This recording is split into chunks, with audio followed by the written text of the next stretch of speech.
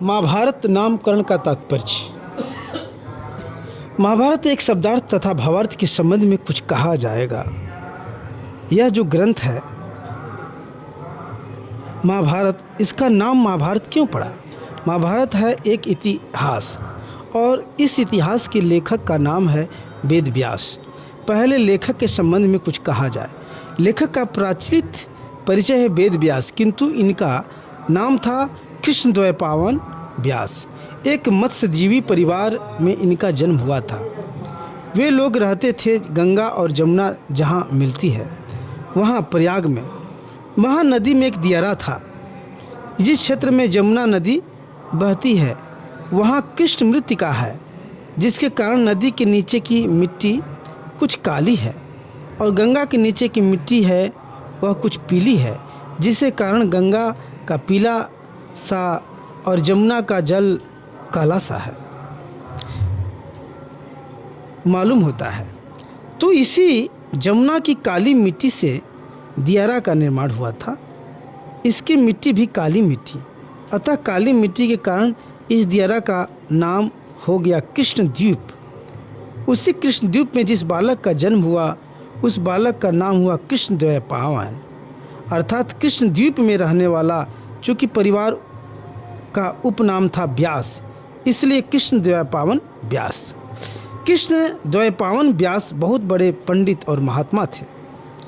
इस पुस्तक को उन्होंने लिखा था वेद का 3500 साल पहले। उस समय के महाभारत की जनता के संपर्क नहीं था, संपर्क छिन्न हो गया था। कृष्णद्वैपायन व्यास जी ही दोबारा परिचय कराया, इसलिए उनका प्रचलित नाम हो गया वेद व्यास। महाभारतकार हैं यही वेद व्यास या कृष्णद्वैपायन व्यास। पुस्तक का नाम है महाभारत। महाभारत है इतिहास।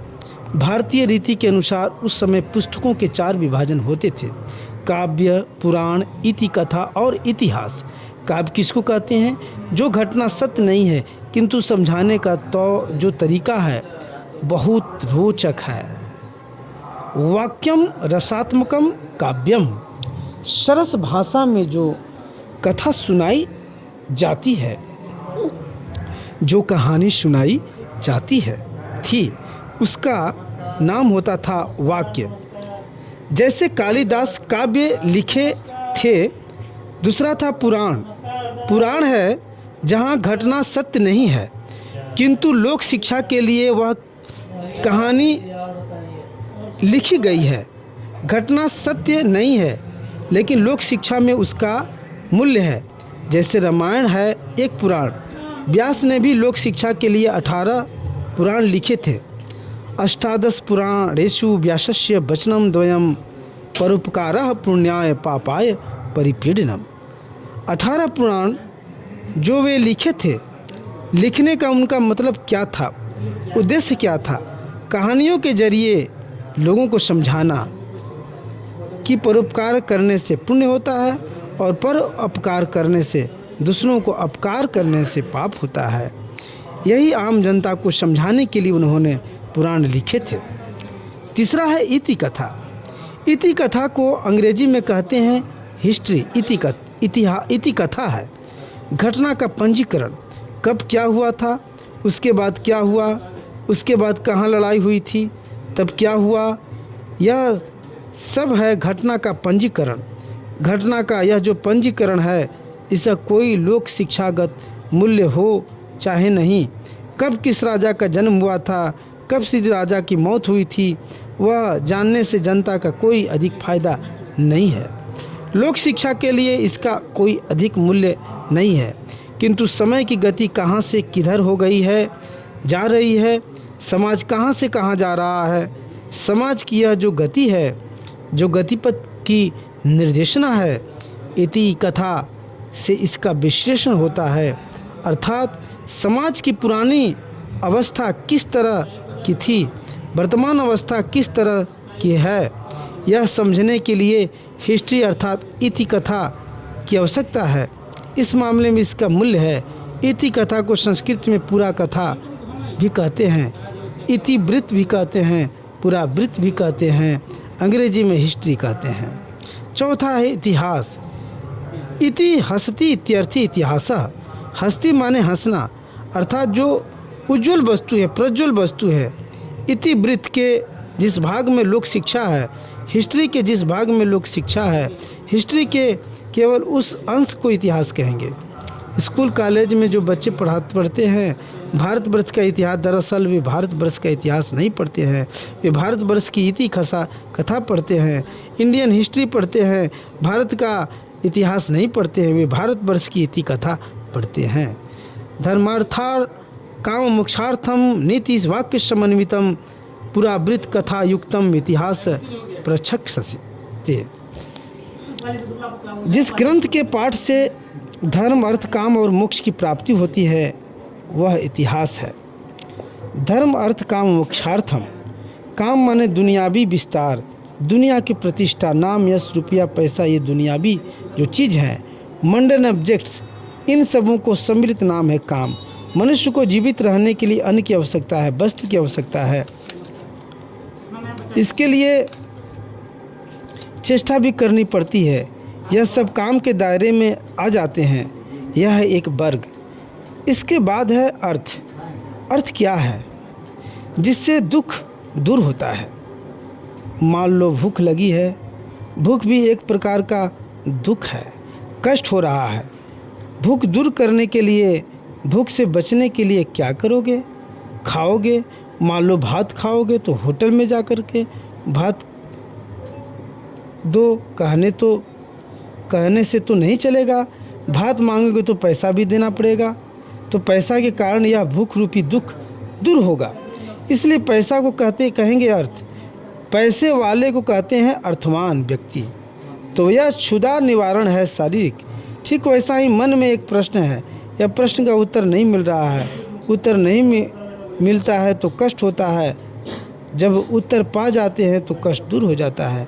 मान लो तुम सुने हो कदली एक शब्द है, उसका क्या माने नहीं जानते हो, इसलिए मन में कष्ट होता है।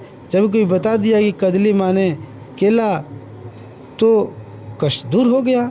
इसलिए माने को भी संस्कृत में अर्थ कहेंगे। फलाना अर्थ शब्द का क्या अर्थ है, यह भी कह सकते हो कि फलाना शब्द का माने अर्थ है। जिससे दुख दूर होता है उसको अर्थ कहेंगे। तीसरा है धर्म। धर्म क्या है? मनुष्य आध्यात्मिक तरक्की, जिसमें मानसिक और आध्यात्मिकता दोनों मिला हुआ है, उसका नाम है धर्म। धर्म का तृतीय वर्ग काम अर्थ धर्म। चतुर्थ क्या है? जब तक परमात्मा से मनुष्य अलग है तब तक किसी न किसी प्रकार का कष्ट रह ही जाएगा। धार्मिक हो या अधार्मिक हो, आत्यंतिक कष्ट दूर होता है। किससे? मोक्ष प्राप्ति से। यह है चतुर्वर्ग। वर्ग हुआ धर्म अर्थ काम मोक्ष,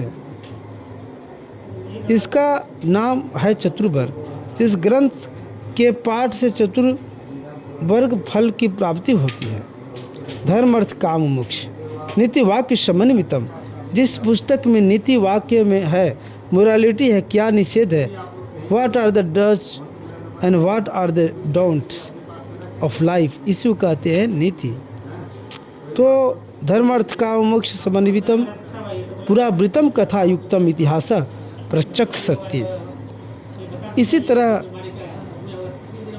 की जो पूर्व कथा है, पुरावृत है, हिस्ट्री है, उसी को इतिहास कहते हैं। महाभारत है एक इतिहास, और इस इतिहास के लेखक है कृष्णद्वैपायन व्यास। महाभारत है एक ऐसी इतिहास, और इस इतिहास के लेखक हैं कृष्णद्वैपायन व्यास। इस पुस्तक का नाम महाभारत क्यों? आर्य लोग जब सेंट्रल एशिया से भारत आए तो आए थे कहाँ? सप्तनद प्रदेश में, जिसका नाम बाद में पंचनद हो गया, पंजाब हो गया। इसके बाद आए कश्मीर में। वहाँ जब आए तब देखे पहाड़ी पर छोटे छोटे पत्थर के टुकड़े रोड़े हैं, जिसका रंग है जामुन की तरह। जामुन फल जैसा होता है। जामुन को संस्कृत में कहते हैं जम्बू फलम। उन रोड़ों को लोग संस्कृत में कहते थे जम्बू शिला। शिला माने पत्थर। जिस देश में जम्बू शिला है उस देश का नाम रखा गया था जम्बू द्वीप। जम्बू द्वीप का वर्तमान नाम हो गया जम्मू। जम्मू कश्मीर। जम्बू द्वीप माने अफगानिस्तान से एकदम फिलीपाइंस तक समग्र दक्षिण पूर्व एशिया ही है जम्बू द्वीप। जम्बू द्वीप के भीतर एक विशेष भूखंड था, अभी भी है, जहाँ की मिट्टी बहुत उर्वर है, जहाँ अल्पायास से मनुष्य को खाना मिलता था और खाना मिल जाने के कारण जो शेष समय मिल जाता था उस समय वे क्या करते थे, आध्यात्मिक चर्चा कर सकते थे, ज्ञानात्मक चर्चा कर सकते थे, हर तरह का मानसिक विकास उसमें हो सकता और होता भी था। वह जो निर्दिष्ट भूखंड था जम्बू द्वीप में, उसका नाम क्या रखा जाए। जिस देश में हम लोगों को खाना मिलता है, वे लोग आए थे मध्य एशिया से, जहां अनाज की कमी है, बर्फ़ का देश है। यह जो नई जगह थी, यहाँ खाना आसानी से मिल जाता था। संस्कृत में एक धातु है भर धातु। भर धातु माने खिलाना। भर धातु अनट बराबर भरण। भरण माने खिलाना, भरण पोषण। तो यह जो खिलाना पिलाना है वह भर। भर धातु अच प्रत्यय करके भर। भर माने खिलाने वाला। खाना आसानी से मिल जाने के कारण अच्छा कर्म करने, ज्ञान चर्चा करने का, आध्यात्मिक चर्चा करने का मौका काफ़ी मिल जाता था। इससे मनुष्य का मानसिक तथा आध्यात्मिक विकास होता था। विकास होना, विस्तारित होना, बढ़ना, उसके लिए संस्कृत में एक धातु है तन धातु। तन धातु माने विस्तारित होना। एक बच्चे का शरीर हर रोज़ बढ़ता है। छोटा बच्चा हर रोज़ बढ़ता है। क्यों बढ़ता है? हाथ पैर ऐसे ऐसे करता है और बढ़ता है।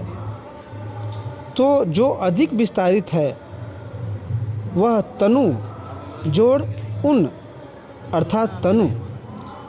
तनु माने बच्चे का शरीर, क्योंकि वह बड़ा हो रहा है, बढ़ रहा है। जन्म से 29 वर्ष तक मनुष्य का जो देह उसको कहते हैं तनु। 39 वर्ष बाद से यानी 40 वर्ष की उम्र से मनुष्य का जो देह है उसको कहते हैं शरीर, अर्थात जी शीर्ण होना जिसका स्वभाव है वह है शरीर।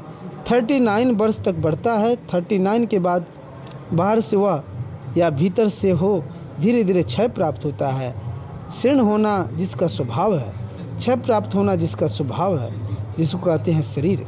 वयस्क मनुष्य के देह को कहेंगे शरीर, या बच्चों का जो देह है उसे कहते हैं तनु। जो तन माने विस्तारित होना और तन माने ड प्रत्यय से त होता है, अर्थात तुम्हारे विस्तार में जो तुम्हें सहायता करता है वह है त। तो जो तुमको बढ़ाता है तुमको तन करते हैं। जो खिलाते पिलाते हैं और शारीरिक, मानसिक और आध्यात्मिक विकास में सहायता भी करते हैं वे हैं भरत। वर्ष माने है देश। जिस देश में खाद्यान्न भी मिलता है, आज नहीं मिल रहा है मगर एक दिन मिलता था, और वह शारीरिक, मानसिक, आध्यात्मिक विकास भी होता है जिस वर्ष में। वर्ष माने देश भी, भूखंड, साल भी। उस वर्ष का नाम है भारतवर्ष। तो हम लोगों के जिस देश का नाम है भारतवर्ष, आज से प्रायः 7,500 साल से भी कुछ पहले भगवान शिव का आगमन हुआ। सदाशिव के पहले मनुष्य पशु के समान थे, किंतु उसमें थोड़ी सी विद्या भी थी, थोड़ा सा आर्ट भी जानते थे, थोड़ा आर्किटेक्चर भी जानते थे, थोड़ा मेडिसिन भी जानते थे, थोड़ा थोड़ा सब कुछ जानते थे, किंतु क्रमबद्ध या वैज्ञानिक रूप से में कुछ नहीं जानते थे। फलाना दवा जानते थे, किसी से बताएंगे नहीं। 3 आदमी को जानने से दवा का गुण नष्ट हो जाएगा, अतः किसी से कहेंगे क्यों? कहने से उनका महत्व नष्ट हो जाएगा। किसी से नहीं कहने से लोग आते रहेंगे। देखिए साहब, देखिए पंडित जी दवा बता दिए, खुशामद करेंगे। इस तरह नहीं बताने से बहुत सी दवा, बहुत से गुण भी नष्ट हो गए। कोई विधिवत पद्धति भी नहीं थी। शिव सभी में एक व्यवस्था, क्रमबद्धता या वैज्ञानिकता ला दिए। शिव जी के समय में कोई क्रमबद्ध दृष्टि या सिस्टमेटिक अप्रोच नहीं था, व्यवस्था नहीं थी। शिव जी क्या किया कि जितने मानवीय गुण हैं उन सबको एक क्रमबद्ध रूप दे दिए। यही जड़ है, इससे इस रोग की दवा बनती है, इस फल से इस रोग की दवा बनती है। इस तरह सभी वस्तुओं से क्यों होता है, क्या होता है, किस तरह से होता है, इसका प्रयोग किस तरह से होना चाहिए, हर पक्ष में हर व्यवस्था दे दिए। संगीत में, नृत्य में, वाद्य में, हर चीज़ में कर्मबद्धता ला दिए। शिव जी के कारण ही पशु स्वभाव के मनुष्य आज एक व्यवस्था में आ गए, एक ढांचा में आ गए और आए शिव जी के द्वारा, शिव जी की चेष्टा से। इसके बाद हुआ क्या कि आज से करीब 3500 वर्ष पहले जब महाभारत की लड़ाई हुई थी, उस समय व्यवस्थित रूप से जो हर चीज़ आ गई, किंतु यह जो मानविक गुण, मानविक विद्या का सामूहिक महत्व या जो कलेक्टिव वैल्यू है, एक सामाजिक महत्व है, जैसे मिलजुल कर रहना चाहिए, इसको सामाजिक जीवन में लागू कर दिया जाए तो एक शक्तिशाली समाज बन जाता है। एक दवा के संबंध में किसी को कुछ ज्ञान है, उसी को अगर हम सामाजिक जीवन में ला दिए तो मेडिकल कॉलेज बन जाएगा। उस विद्या को जब बहुत आदमी सीख सकेंगे, उन दिनों व्यष्टिगत जीवन में जिस मानवीय गुणों का अस्तित्व था, उनका सामूहिक जीवन में अस्तित्व नहीं था, सामाजिक रूप में नहीं था। कृष्ण का काम था एक सामाजिक जगत बनाना, एक सामाजिक ढांचा बना देना, जिसका बीजारोपण शिव जी ने किया था। कृष्ण जी के समय में देखा गया कि यह जो भारत था उसमें असम भी भारत, क्योंकि असम के भी लोगों को खाना मिलता था, विस्तार का मौका मिलता था। बंगाल भी भारत, मिथिला भी भारत। अंगमंग कलिंगेशु सौराष्ट्र मगधेशु च, अंगमंग कलिंग सौराष्ट्र मगध सब भारत। किंतु अलग अलग करके जो यह बना था उसमें लोग आपसी लड़ाई करते थे, क्योंकि सामाजिक चेतना नहीं बनी थी। कृष्ण ने यह देखा कि इन सबों को अगर एक बना दिया जाए तब सामाजिक चेतना का निर्माण होगा, तब जितने मानवीय गुण हैं पूरा विस्तार होगा।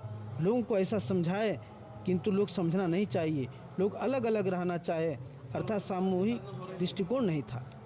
प्राचीन काल में जैसे इंग्लैंड में था कि एक छोटा सा इंग्लैंड, उसमें कितने country, Sussex, Essex, Yorkshire, Lancashire, Cornwallis, उसके अलावा वेल्स, स्कॉटलैंड, अंततः ये सबको मिलाकर बना दिए ग्रेट ब्रिटेन। ये जो छोटे छोटे टुकड़ों में जब परिवार बंट जाता है तब एक अभिभावक बनेगा। इसको कहते हैं ऐसा मत करो, ऐसा मत करो। उस काम के लिए भगवान श्री कृष्ण का आविर्भाव हुआ था कि मैं इस छिन्न भिन्न भारत को एक बना दूं, किंतु उसके लिए सद्विप्रों की ज़रूरत थी। तो आए पंच पांडव, आए भीष्म, आए विदुर सहायता करने के लिए श्री कृष्ण को। तो छिन्न भिन्न ब्रिटेन जैसे एक बनकर एक ग्रेट ब्रिटेन बन गया, वैसे ही छिन्न भिन्न भारत को 3500 साल पहले एक बृहद भारत का ग्रेट भारत बनाने के लिए, महाभारत बनाने के लिए श्री कृष्ण का आविर्भाव हुआ। इसलिए पुस्तक का नाम है महाभारत, माने ग्रेट इंडिया। तो इस छिन्न भिन्न अनेकों को एक बनाने के लिए क्या करना चाहिए, क्या नहीं करना चाहिए, किस तरह से आगे बढ़ना चाहिए, किससे सहायता लेना चाहिए, किससे विरोध करना चाहिए, ये सब बातें इस पुस्तक में है। और इस पुस्तक का नाम भी है महाभारत। परमपिता बाबा की।